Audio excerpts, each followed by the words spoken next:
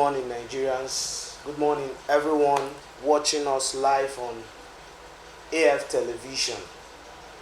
My name is Nelson Bernard, and today we are having an interactive session with the former Commissioner for Education, Dr. K.C.K Nwangwa.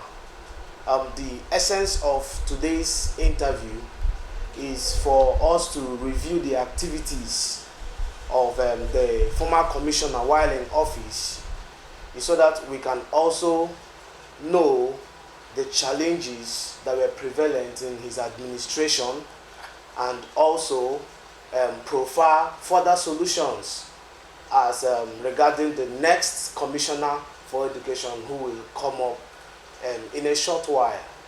And today we are very much happy to have with us the former commissioner live and in this discussion. Lisa, we'd like to welcome you. Thank you very much. I'm pleased to be here. Yes, sir. We truly appreciate the privilege you've given us to have this interactive session with you, sir. Thank you. Thank you very much, sir. All right, sir. Like I made it known to you concerning the essence for today's interview. Sir, in a short while you'll be handing over as the Commissioner for Education to the new substantive commissioner. We would like to know sincerely, what were your achievements while administering your duties as the Commissioner for Education in Abia State, sir? Yeah, thank you very much, Abia Fax News. I'm very happy to be invited to interact with you. I actually came into the Ministry of Education at a time when people were seeing education as another business, trade. It was almost becoming like going to an area to pick up a shade or go to any house to pick up a trade. People were actually seeing the issue of education as something that was the same thing with schooling. Just schooling.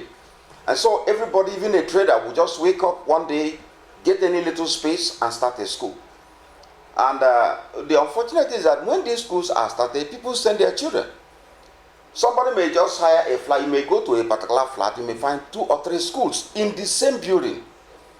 Then you find out that somebody may be using his parlor and maybe one room as a school. Sometimes they are demarcated, sometimes they are just left open like that and use boards and things like that to put them. So that education, and then when you go to some of these, we see that what is actually going on there is not any form of education, because some of the people that are teaching there, they call it for people that are paid oberego. And because parents pay oberego and then they pay salaries of oberego to people. So they will just come in there, and all that is important to them is do everything you can so that we will have more people to attend. So we discovered that most of these people, they don't even know anything. Some of them can't even speak good English. And they are there to teach you. So anything the children write, they will just mark good. And once parents, they go back, parents see good, they say, oh, the children are doing very well there. Nobody cares to come to find out what is actually going on. So when we came in, that was the very first thing that we had to deal with. Trying to see how to separate, make people to understand that, schooling, going to school is not the same thing as being educated. Because somebody may go to school without being educated. Somebody may go to school and the people that are teaching you, the environment and everything will just be there to militate against teaching. And of course, the economic idea people had that school was another way they can use to make money. What making them, they didn't care whether the children were learning anything or not. As far as they're concerned, they will just be giving you the good. And when it is time for a final exam, they will take the children, go and register them in a special center. And what we call about special centers are those centers where they will hire some mercenaries that will stay inside one room with all kinds of textbooks and so on. They copy from those textbooks, put on a piece of paper, either go to write for the children on the board, or they go out and just dictate the answers. At the end of the day, children come up and say, hey, I have 9 A's. They gave me 9 A's. That person that is saying they gave me 9 A's, when you say, the fact that you say that they gave me, you are already giving yourself out that somebody gave you. And then you ask that person to see what is the quality of knowledge that this person has. You discover they don't have any.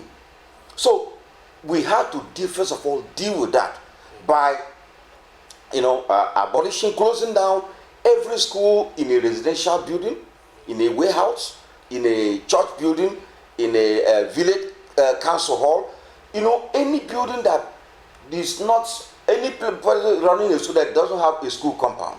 You should have a school compound where we will come down to see both the cognitive activities that have to do with the academics, look at the affective activities that have to do with the behavior, and then the psychomotor activities that have to do with the aptitude, what the children can do. So you need to have that environment before you start thinking about it, because how can you say you're educated when all you have is just grades? You don't have attitude, you don't have aptitude. So we started working to see how to separate these substandard schools from the real schools. So when we got people conscious of this, and then closing down, many people came trying to upgrade and things like that. So that was one of the first things we did.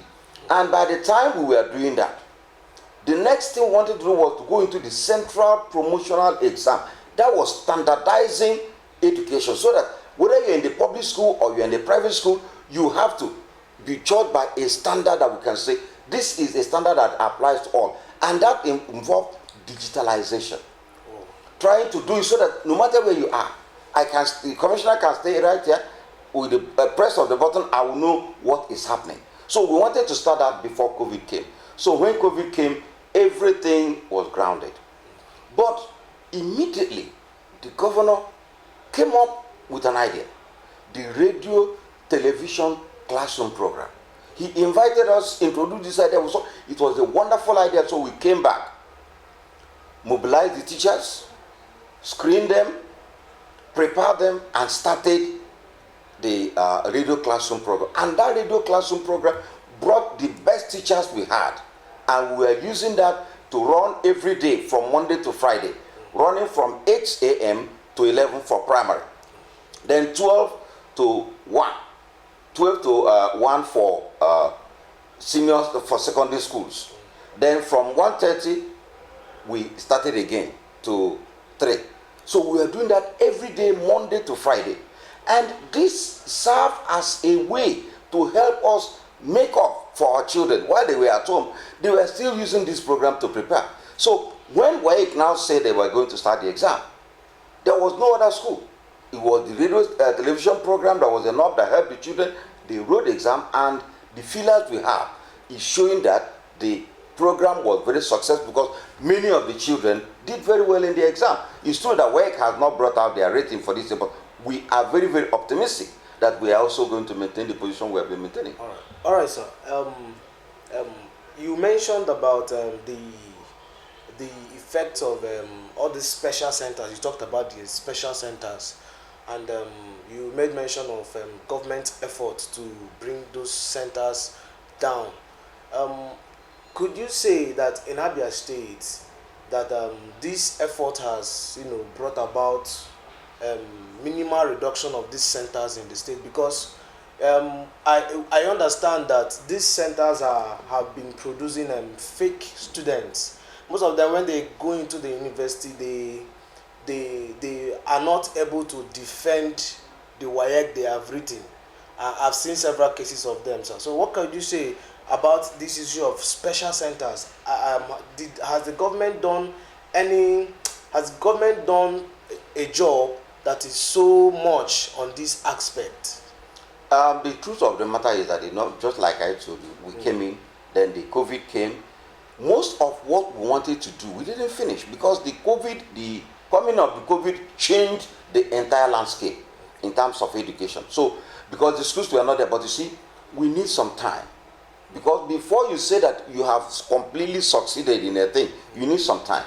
Unfortunately, the time was not actually there, because the COVID, the whole of the time from March down to almost October was COVID. We were not settled. So we simply were about getting settled before the second wave came. So what I'm going to say is this, that by the time we institutionalize the central promotion examination, these bodies, these special centers will die naturally, because at that time you discover that you can no longer, because we start from primary 1, down to SS2. So if you are not in the system, you cannot register anybody for school, sir. So this issue of people, working them, however you do them at that time, you carry them to that, those centers will be already, because they won't be in the database. Since they are not in the database, naturally they will no longer be patronized. So these are some of the, but it take some time for us to get that properly done exactly the way we want to do it. But the process is on. Okay. So concerning, I know while in office, while administering your responsibilities as the Commissioner for Education, I believe you had some challenges in the course of the work. Could you be able to outline them so that we could be abreast with those challenges? Yeah, the greatest challenge we had in the last 1 year was this COVID. COVID was actually the greatest challenge that we had, and trying to see how to readjust the things we used to do before, trying to get into the schools. For example, the school calendar is completely disrupted. So that's one of the challenges, trying to see how to manage. Right now, the academic calendar, look at first term, that's supposed to end by December. By now, we are still in first term until the 10th of February. So when you look at that, you see, that is enough challenge. We are now having to sit down. Even right now, we have to sit down again to see how to do it. While the school year should be ending somewhere around July, as at now, we are ending on the 26th of August. But even the 26th of August, right now, is under serious threat. We may not even achieve it. Because even when you look at it, there will be no long vacation. The longest holidays we'll ever have this year is 10 days. We may not have any holiday that will be 10 days. Even with the way things are now with our public school, we may not even have. We may just, maybe we run this term close by maybe Thursday, and by the next Monday we'll start. If not, we won't be, the next academic year will be affected. So that's another very big challenge that we have. So we have the COVID challenge, we have the challenge of the disruption arising from that, and then the other challenge we have, in education, when the schools are on, you raise some revenue that will come. But now, since that March, we have not been sure of any revenue. So in the ministry, we're finding ourselves in a very tight corner. A lot of things we need to do with money. The monies are no longer coming. Like we used to do school rehabilitation, renovation, most of the dilapidated schools. And you do this thing from the small monies that are coming from here and there. But these monies are no longer coming. So it seems as if some of the things are just holding on. But I know that with time, these things will come up and then the entire process will start going on. But while we are doing this, the teacher training, retraining program is still going on. And then, the model schools, at least the 4 model schools, the governor has given us what it takes to start those model schools very, very soon. So when you are looking at this, these things are additions that we're making to this. And then particularly, we have the website for the ministry now, and then the process of digitalizing most of what we are doing in the Ministry of Education is going on. All right, sir. At the moment, the primary and the secondary school teachers, they are on strike. What is the true position of the state on that matter? Are they owing workers? Give us an insight on it, sir. Yeah, the truth of the matter, as at the time before the dissolution of the ESCO, a lot of efforts were being made to resolve whatever they were saying, but I'm not current. I'm not current on that issue now, so I don't need to continue to talk about, because I don't know how far. Oh, okay. Yes. Okay. Well, what about, there's this story that went viral on the social media about the Ministry of Education asking private schools to pay 1,000 naira for an emblem. Okay, what's the true position of that story? Yeah, this emblem thing has been on since about 2007. They've been talking about it, talking about the emblem and so on. And we've been looking at it to see how and what can be done about it. Particularly when the National Association of Proprietors of Private Schools went to court on this matter. And then the court ruled that they should abide by the decision of the Minister of Education. So the demand that the contractor for this, who he has put in a lot of money preparing things for it, has been coming and brandishing that court injunction. And as a result of that, it's okay. This we started talking about, but by the time we left, I heard about the letter and all this, but those letters I didn't actually see them. I don't even have a copy, so I won't like to comment on those letters. But this emblem thing has been on long before even the present administration. Yeah. So, sorry, what is the true implication of this emblem on these private schools? Yeah, the principal, they told us, because you see, we met it.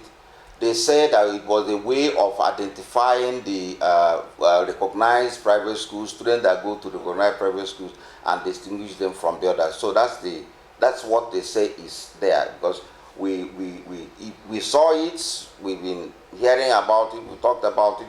They tried to explain it to us, and these are some. Then one of the things they insist that some people have paid, while others have not. While some people have collected the money, but they have not remitted it. So these are some of the things they're trying to sort out. Okay. Concerning those who have not paid, actually, what do they stand to get as maybe a punishment concerning the flouting of such order? As far as I know, the best I would do is that as at the time I left, we hadn't set up such injunction. So I don't know if something like that is on right now. I'm not aware about. All right, sir. Concerning the COVID-19 regulations, which schools are meant to consistently abide by, what are the compliance of these schools on these COVID-19 guidelines since resumption? Okay, I want to start it from where we started. You know, the first people that came back to us were the AC classes. Yes. Now, before the AC classes came back, the state government provided enough face masks, sanitizers, we bought thermometers, we provided assistance for them to get hand washing stations. So that we have these hand washing stations that as you are coming in, we'll check your temperature. If it is within a certain range, fine. If it's not, if outside that range, then we will invite those who are supposed to. We isolate those people and then invite the telehealth people. Now, in the inside, we created all kinds of guidelines. One of them is that we stop no morning assembly. The morning assembly where all the students will gather, we said no. We should keep that cool for now. While the students in the morning, when they go into their class, during their first period, they will do their morning devotion. We also said no long breaks, where the children will go, and no both organized and unorganized sports in the school. So that even in the classroom, we made sure that the students were keeping a distance between each other. So we made all this and fumigated all the compounds. All right. So after we did that, these things were there, and we tried it so that it worked. So when the other students came in, we maintained those protocols and those guidelines. And then by the time everybody came back, we maintained it. And we're still saying, even before we say, all those guidelines and protocols, we still need to maintain them. And when we go out, we see that a number of these schools, but you see, there is also this human factor. The human factor is that many of our people believe that the COVID thing, they don't even believe in it. Sometimes, even when they see you wearing the face mask, some of them will even be making jest of you. But all the same, the moment it gets to the schools, the teachers and so on were making the students to, comply. And we're still insisting that they should continue to maintain that in all our schools. And that is why, so far, by the grace of God, we've not had any cases in our schools.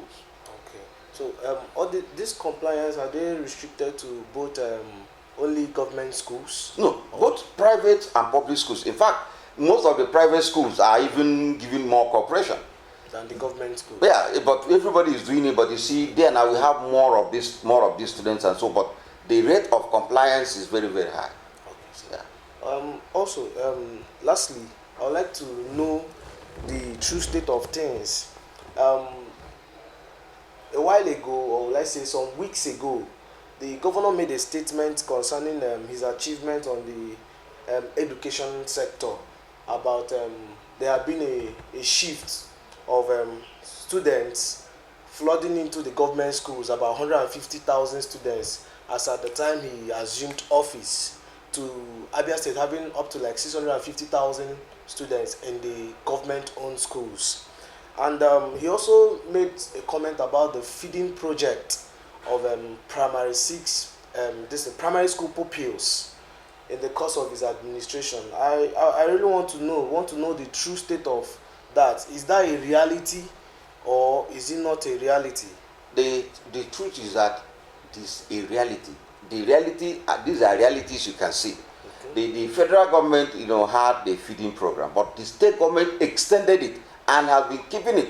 The number of people and number of students we have in our public schools have even increased.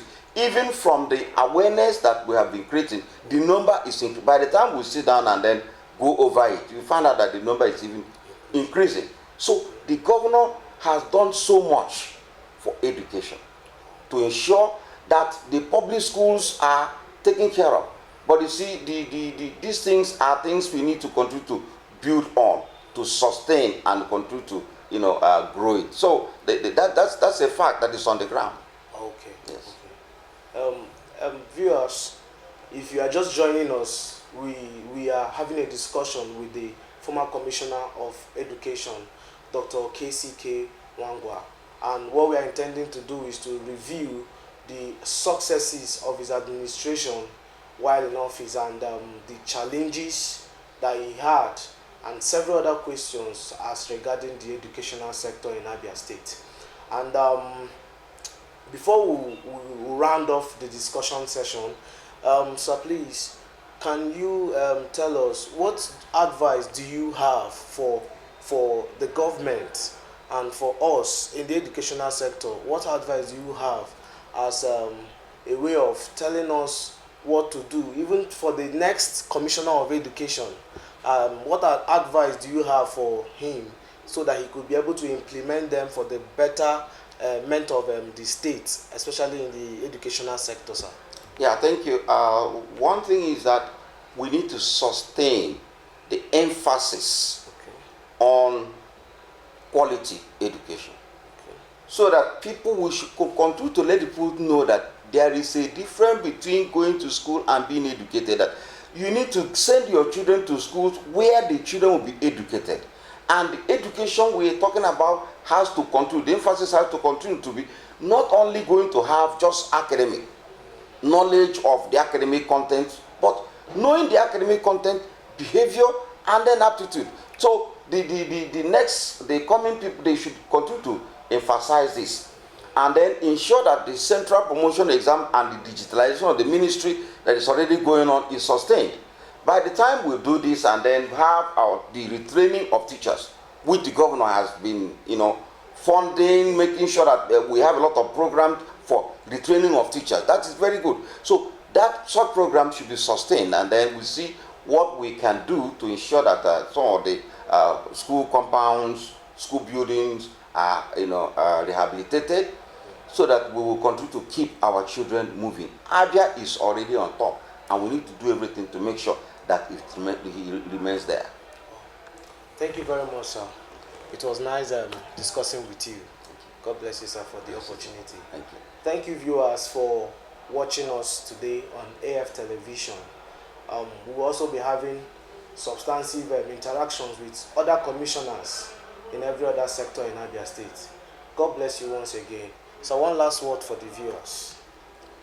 Abia State is God's own state, and we are God's own people. Let us continue to be on top. Thank you.